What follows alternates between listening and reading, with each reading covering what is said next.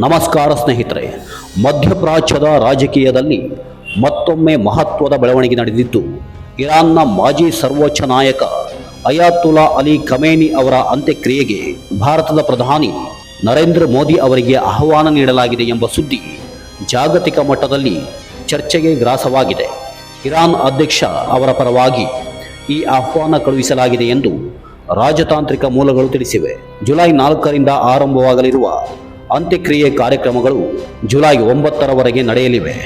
Iran ಸರ್ಕಾರಿ ಮಾಧ್ಯಮಗಳ ಪ್ರಕಾರ ಜುಲೈ 7ರಂದು ಪವಿತ್ರ ನಗರ ಕೋಮ್ನಲ್ಲಿ ವಿಶೇಷ ಧಾರ್ಮಿಕ ಪ್ರಾರ್ಥನೆಗಳು ನಡೆಯಲಿದ್ದು, ಜುಲೈ 9ರಂದು ಖಮೇನಿ ಅವರ ತವರು ನಗರವಾದ ಮಶಾದ್ನಲ್ಲಿ ಅಂತಿಮ ದಫನ್ ಕಾರ್ಯ ನೆರವೇರಲಿದೆ.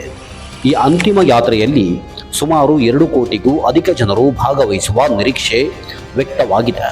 ಈ ಅಂದಾಜು ನಿಜವಾದರೆ ಇದು ಇರಾನ್ ಇತಿಹಾಸದಲ್ಲೇ ಅತಿ ದೊಡ್ಡ ಅಂತ್ಯಕ್ರಿಯೆಗಳಲ್ಲಿ ಒಂದಾಗಲಿದೆ.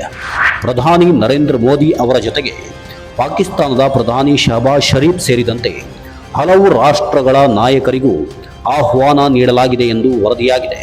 ಇದರಿಂದ ಈ ಕಾರ್ಯಕ್ರಮ ಕೇವಲ ಧಾರ್ಮಿಕ ಅಥವಾ ರಾಷ್ಟ್ರೀಯ ಕಾರ್ಯಕ್ರಮವಾಗಿರದೆ ಜಾಗತಿಕ ರಾಜತಾಂತ್ರಿಕ ಮಹತ್ವ ಪಡೆದಿದೆ. ಇನ್ನೊಂದೆಡೆ ಖಮೇನಿ ಅವರ ನಿಧನದ ಬಳಿಕ ಅವರ ಪುತ್ರ ಮೊತ್ತಾಬ್ ಹುಸೇನಿ ಖಮೇನಿ ಹೊಸ ಸರ್ವೋಚ್ಚ ನಾಯಕರಾಗಿ ಅಧಿಕಾರ ವಹಿಸಿಕೊಂಡಿದ್ದಾರೆ ಎನ್ನಲಾಗಿದೆ. ಆದರೆ ಅವರ ಆರೋಗ್ಯದ ಕುರಿತು ವಿವಿಧ ಊಹಾಪೋಹಗಳು ಹರಿದಾಡುತ್ತಿದ್ದು ಅಂತಾರಾಷ್ಟ್ರೀಯ ಮಟ್ಟದಲ್ಲಿ ಕುತೂಹಲ ಹೆಚ್ಚಿಸಿದೆ. ಮಧ್ಯಪ್ರಾಚ್ಯದಲ್ಲಿ ಇತ್ತೀಚಿನ ಉದ್ವಿಗ್ನ ಪರಿಸ್ಥಿತಿಯ ಬಳಿಕ ನಡೆಯುತ್ತಿರುವ ಈ ಬೆಳವಣಿಗೆಗಳು ಜಗತ್ತಿನ ಗಮನ ಸೆಳೆಯುತ್ತಿವೆ. ಪ್ರಧಾನಿ ಮೋದಿ ಈ ಆಹ್ವಾನವನ್ನು ಸ್ವೀಕರಿಸುತ್ತಾರೆಯೇ? ಭಾರತ ಈ ಕಾರ್ಯಕ್ರಮದಲ್ಲಿ ಯಾವ ಮಟ್ಟದ ಪ್ರತಿನಿಧಿತ್ವ ನೀಡಲಿದೆ ಎಂಬ ಪ್ರಶ್ನೆಗಳು ಈಗ ಚರ್ಚೆಗೆ ಕಾರಣವಾಗಿದೆ. ಈ ವಿಷಯದ ಬಗ್ಗೆ ನಿಮ್ಮ ಅಭಿಪ್ರಾಯವೇನು? ಪ್ರಧಾನಿ ಮೋದಿ ಇರಾನ್ಗೆ ತೆರಳಬೇಕೆ? ಕಾಮೆಂಟ್ ಮೂಲಕ ತಿಳಿಸಿ. ಇಂತಹ ರಾಷ್ಟ್ರೀಯ ಹಾಗೂ ಅಂತಾರಾಷ್ಟ್ರೀಯ ಸುದ್ದಿಗಳಿಗಾಗಿ ನಮ್ಮ ಚಾನಲನ್ನು ಸಬ್ಸ್ಕ್ರೈಬ್ ಮಾಡಿ, ವಿಡಿಯೋಗೆ ಲೈಕ್ ಮಾಡಿ ಮತ್ತು ಸ್ನೇಹಿತರೊಂದಿಗೆ ಹಂಚಿಕೊಳ್ಳಿ. ಧನ್ಯವಾದಗಳು.